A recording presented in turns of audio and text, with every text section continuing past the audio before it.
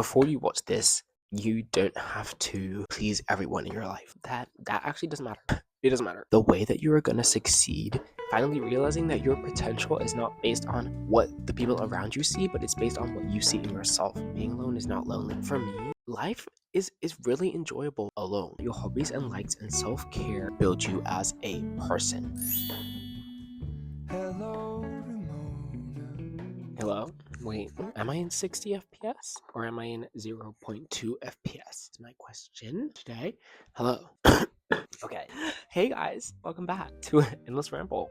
I don't know if this is gonna be an Endless Ramble episode or if this is gonna be me sitting and yapping for 2 hours and trying to cut it down to 20 minutes. But welcome back. Anyway, how are we doing? Happy New Year, guys. It's 2026. It's 2026. And I am here with my mic and my journal and my phone. And yes, we're filming on my phone today because before we start, let me just give you guys a little bit of an update. I just finished class, and it's dark. It's pitch black outside. It is nighttime. Anyway, I just finished class and I was like, I really want to I'm in the mood to keep yapping. And I just got a message from my boss. Sorry, I'm back. So I just finished class. I don't want to be like glowing like the freaking sun. I wanted to yap. And I was like, well, what better way to do it than to film another podcast episode, because I haven't posted in a year, which is insane and kind of shameful on my part. But I wanted to like do a little yap session because I was journaling, and the whole reason I started filming was because I was journaling and I was like, well, I can't write as fast as my brain thinks. So if I speak, it makes more sense to me and to you, hopefully. But I wrote down a bunch of things in my journal and the writing was abysmal, guys. The handwriting was not handwriting at all, and it was kind of embarrassing also. What do we think of this journal? I think it's really cool. I got it a few weeks ago, just before the new year, and I think it's great. But today I wanted to talk about yourself and myself and the self. I sound like a philosopher. I'm not a philosopher, so if you came for that, that's not what's happening. But we will talk about a few things of that nature. So, guys, it's been a bit of a crazy end to the year and start to the year for me. I low-key don't really know where the time from, like, I'd say October up until like November, December went. A lot happened and I experienced a lot of things and I don't really know where time went. And I feel like that is a universal feeling for that time of year. I think everything just kind of like speeds past you, and that's fine. And I had to learn that's fine. But I think a lot of things that I've learned in that time of the year were really about being alone. And growing up, I spent a lot of time alone. Like I think there's a lot of think pieces online and in books and in spaces right now talking about being alone, spending more time alone, and being alone is not lonely. And I agree. And I have had that mindset since before I even could think of that as a mindset. And I've been making being alone is not lonely. Okay, we're back. So, as I was saying, I think there's a lot of think pieces like in the zeitgeist at the moment, talking about like being alone and spending time alone. And I agree, but I want to talk about there's a lot going around. I spent a lot of time with myself growing up. I spent a lot of time in my room filming freaking videos and making musicals and doing things alone. And I think I kind of got back in touch with that side of myself from the end of last year. If you don't know, I'm in college now, right? So I took a year out from school and I started college in September, and I love it so far. I love it. I love learning, and I think a lot of us love learning, but we hate school. I'll talk about that another time. But I love learning, and I came back and I was like, great, having a great time. And I've been working like for the past year or so and dealing with a lot of like people. There was a lot of people stuff, and I realized that I do not know how to communicate. I really struggle with not having alone time. One thing that I really realized early on in my teen years was that no one is going to come and save me, and I still believe that. I think that still stands very true. I think that that's still I think that's a key part of my persona, right? I think as a person, I will always have it in me that I have to do as much as I can to survive and to, I don't know, just succeed. But I also think I didn't realize how much that is a part of me, right? I was sacrificing, low-key still am sacrificing a lot of myself and a lot of my needs to be social and to hang out with people and to make friends is great. And what I realized is that I don't think that you need to put in as much effort as society asks of us to make as many friends. I don't know whether it's problematic. I think it's less problematic to say that now than it would have been maybe like 3, 4 to 10 years ago. That would have been seen as selfish, right? That brings me to my next point in my book. I really think that life is inherently experienced alone, right? A lot of people will debate this, and I think that that's very important too. But as social beings, I think it is just as important to have social time with yourself, to reflect on who you are as a product of the people you surround yourself with, the media you consume, beliefs you have, or the beliefs that your family, friends, other parts of your community have, right? And I only really started doing this within the past like 2 months. I've realized a lot of stress has gone. I spent a lot of the first few months of my college experience really like being social and using my social battery to its fullest max, right? And I think it's great to hang out with people and to go out and to have fun. But I realized that for me personally, and I think for a lot of other people similar to me, that is not where our person aligns. Like me as a person, my internal self does not align with being constantly and consistently social. I think I thrive in an environment where I get time alone, but I can also nurture I don't want to sound woo woo. I'm not trying to sound like woo woo crazy, like spewing shit. It's so important to me to get to bed on time, to wake up early. I sacrificed so much of that in the first semester, guys. I know some of you guys don't need sleep, and I know some of you be staying up until 2 a.m., but I need sleep. Like, sacrificing the blessings that were coming into my life to give precedent to things that I don't not care about, but that I don't really find joy in. It's true for my well-being, for me to exist as a productive human. There are certain things that I need to do that I cannot do with other people. And I think that in a time where, like, slowly, I think there's a lot of talk going around about how people are getting too reliant on external relationships. I think it's just as important to build a relationship with the things that you have and hold sacred without other people's input. For example, like, I am a person that thrives in my own space, right? Or in a space with very specific people. I don't tend to like spend prolonged periods of time with many people outside of a very specific set and group of people that I deem important in my life. And it's not that I don't deem everyone as important in my life, but there are certain specific groups of people that I can spend prolonged periods of time with. I'm talking like months, weeks, months with, right? And there's a very limited few people that I can do that with. I've been finding it really difficult to Sorry, I just had a call. I've been finding it really difficult to come to terms with that because at this time of year, like a lot of people are talking about like moving in with each other and like starting like group houses or group apartments. And in another life, guys, I would love that. I would love to like live with my friends, party every night, freaking go to the bars and the clubs. But I'm old inside. Like I don't fucking know. Like I don't even know how to put it into words. But like it's coming to terms with the fact for me, and I think for a lot of you guys, that life is really enjoyable alone. I find a lot of peace in the fact that I can go to dinner alone. I can book a table for one. I can eat as much food as I want. I can just sit there. I can read a book. I can like enjoy my own company. I think that that's one of the most important skills to learn, especially at this time of your life, guys. I'm turning 20 in 3 days. I don't know how I feel about it, guys. My entire identity for so long has been built on the fact that I'm a teenager, and I don't know. I'm low-key like, oh hey, 20s are coming. There are some YouTubers like Fernando Ramirez and like Via that are giving me excitement and hope for my 20s, and to really I don't know, go into them with goals and aspirations, and that's what I'm excited for. But I think just like I feel like I'm gonna have to rebuild my identity, and I know that I won't. Guys, we're a teen for like 6 years.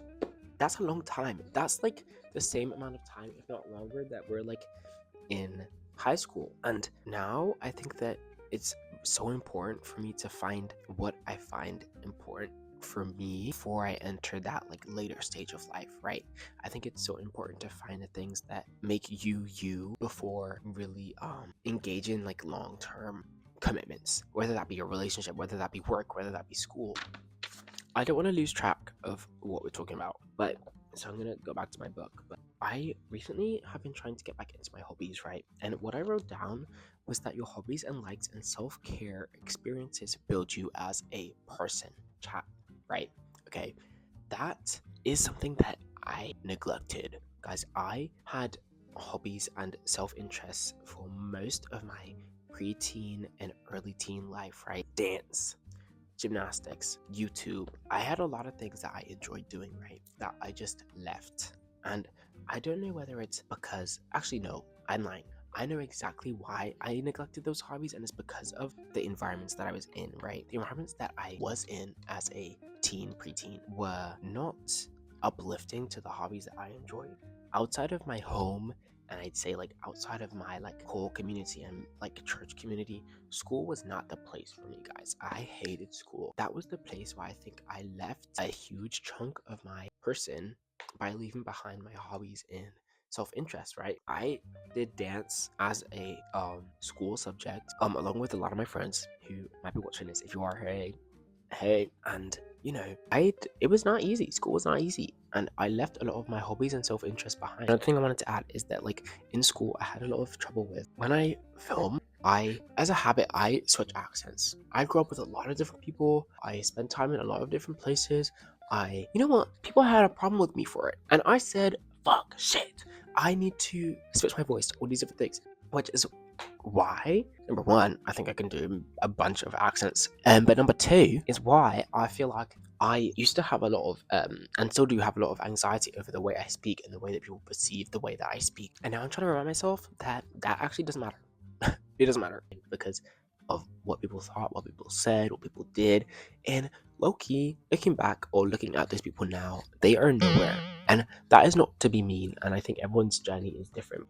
I think that the things that I've been through and the things that I've experienced are the reason where I am today, and I'm very grateful for that. But I also think that it's to realize that sometimes we've let ourselves go, and not in like a millennial mom, like I need to go to the gym way, in like a philosophical, like what have you left behind from your self that was either robbed from you or neglected by you as a result of other people's actions, right? So recently I've been trying to become more into my hobbies. I've been trying to get back in touch with myself from that time, from like 12 to 14. I imagine it like a road or like a train track, right? The road is going, I'm going, the road stops. Or the train is going, the tracks end, train stops or flies off the fucking route. I think your true self, like you are your preteen self. I was watching the Broski Report the other day, guys. Big fan. Big fan. Anyway, I was watching the Broski Report and she said that a lot of ourselves are a product of our 16-year-old self. I agree, but I also would like to extend that back to your 13 to 16-year-old self, right? Getting back in touch with those interests are where you find your true self. We neglect parts of ourselves for popularity, for fame, for comfort, and I wouldn't say I got bullied in school, but I was definitely not like the favorite of a lot of people. I was friends with a lot of people, and I still am friends with a lot of people from like my school times. But there were also a lot of people that did not appreciate my existence. I don't really know how to put that into words, but that did not. I don't know how to say it other than like me. And I don't think you need to be liked by everyone, but I also don't think that everyone needs to dislike you. And I experienced a lot of dislike in school. Looking back, I was not the reason for that. And that is something I'm still coming to terms with, that not be like socially isolated, right? But going back to what I was saying about your preteen self, those things like getting in touch with it, for example, like gymnastics, I'm trying to get my flexibility back, or getting back into reading, like I'm reading books again, I think is bringing me to a place where I feel like so much joy. And these are things that I am doing with myself, by myself, for myself, and not in a way of vanity or like selfishness, but in a way of like being sympathetic to yourself. I really think that's important, to look back fondly at yourself rather than looking back and cringing. And I think that I'm growing out of that. I used to look back at myself, at pictures of myself, at videos of myself from, like, for example, like Musically, guys. I had a Musically account when I was younger. I had a few followers, not crazy, but like I used to look back like maybe a year ago and I would cringe. I'd be like, ew, what a freak, what a weirdo, what the freak. Now I'm like, you know what? Hell yeah, because me back then, he was doing the things that he found joy in. And now I'm like, what the fuck do I find joy in? Do I find joy in doing things that other people want me to do? Or do I find joy in doing things that are meant for me and are on my path or my trajectory, whatever you want to call it? Either way, I think that we need to be getting in touch with ourselves. Not like touch, like literally touch. That is.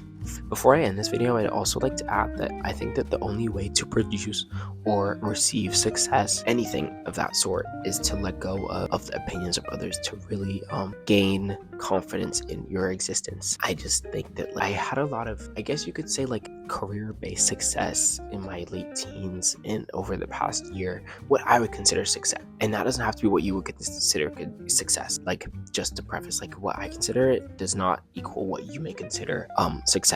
For me, I experienced a lot of new experiences that have really, really given me confidence and helped me feel proud of the things that I've done and really be able to realize what I'm capable of. And I don't think I would have been able to do that if I hadn't, number one, moved away from home, which we'll talk about another, and number two, gained a lot of internal and self-aligned talents or hobbies, everything under that umbrella, right? This umbrella includes like self, right? And then it's like hobbies and like, I don't know, spirituality and like religion, right? And then like experience and then like some other shit that I don't know what to label as, right? So before I ended this off, I just wanted to let you all know that the way that you are gonna succeed, finally realizing that your potential is not based on what the people around you see, but it's based on what you see in yourself, what you provide yourself, what you, I don't know how to say it. I don't want to sound like I'm being like selfie woo woo woo, but like you cannot let the outside world and the world as a whole determine where you're gonna go. And you will succeed this year if you exit that circle, that almost prison of the world and the external people in your life, or even if they're in your life or they're out of your life, if you don't give a fuck if they exist or not, will still impact you. So that's what I wanted to say, and that's me talking shit for this week. You don't have to please everyone in your life, and that's basically it. Make sure before you watch this, please know that you don't have to please everyone in your life. Thank you guys for watching. I don't really know if I'm gonna post this. I might post this. No, I'm trying to come back to YouTube and I don't know.